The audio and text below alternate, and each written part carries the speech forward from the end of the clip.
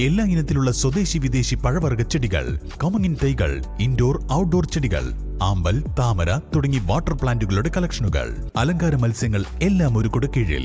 ആയാൻ nursery, Pookkottumpadam, Karulai road, Uppuvalli.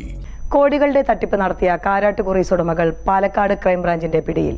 Edakkara Unnichantham കിഴക്കേതിൽ സന്തോഷ്, എടക്കര കുളിമുണ്ട വീട്ടിൽ മുബഷീർ എന്നിവരാണ് എറണാകുളത്ത് നിന്നും പിടിയിലായത്. ലാഭം വാഗ്ദാനം ചെയ്ത് നിക്ഷേപകരിൽ നിന്നും പണം വാങ്ങിയാണ് തട്ടിപ്പ് നടത്തിയത്. കോഴിക്കോട്, വയനാട്, മലപ്പുറം, തൃശൂർ, പാലക്കാട് ജില്ലകളിൽ നിന്നായി ആയിരക്കണക്കിന് ആളുകളിൽ നിന്നായാണ് കോടികൾ തട്ടിയെടുത്തത്. ഈ ജില്ലകളിൽ പ്രവർത്തിച്ചിരുന്ന കാരാട്ട് കുറീസ് ഓഫീസുകൾ കേന്ദ്രീകരിച്ചും നിലമ്പൂരിലെ ധനക്ഷേമ നിധി ലിമിറ്റഡ് കേന്ദ്രീകരിച്ചുമാണ് തട്ടിപ്പ് നടത്തിയത്. കഴിഞ്ഞ നവംബർ 19-ന് മുന്നറിയിപ്പില്ലാതെ ഓഫീസുകൾ പൂട്ടി പണവും ഓഫീസുകളിലുണ്ടായിരുന്ന കമ്പ്യൂട്ടറുകൾ ഉൾപ്പെടെയുള്ള രേഖകളുമായി ഇവർ മുങ്ങുകയായിരുന്നു. പണം നിക്ഷേപിച്ചവരും ജീവനക്കാരുമാണ് തട്ടിപ്പിന് ഇരയായത്. 10,000 മുതൽ 25 ലക്ഷം വരെ നഷ്ടമായവരുണ്ട്. നിലമ്പൂർ പോലീസ് സ്റ്റേഷനിൽ മാത്രം 1000-ഓളം പരാതികൾ ലഭിച്ചിരുന്നു.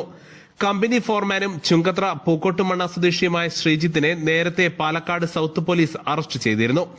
ക്രൈംബ്രാഞ്ചാണ് നിലവിൽ കേസ് അന്വേഷിച്ചു വരുന്നത്. പിടിയിലായ സന്തോഷാണ് കമ്പനിയുടെ മാനേജിംഗ് ഡയറക്ടർ. പരാതിക്കാർ അതാത് പോലീസ് സ്റ്റേഷനുകളിൽ പരാതി നൽകിയിരുന്നുവെങ്കിലും പോലീസിന് പ്രതികളെ പിടികൂടാൻ കഴിയാത്തതിനെ തുടർന്നാണ് കേസ് ക്രൈംബ്രാഞ്ചിന് കൈമാറിയിരുന്നത്.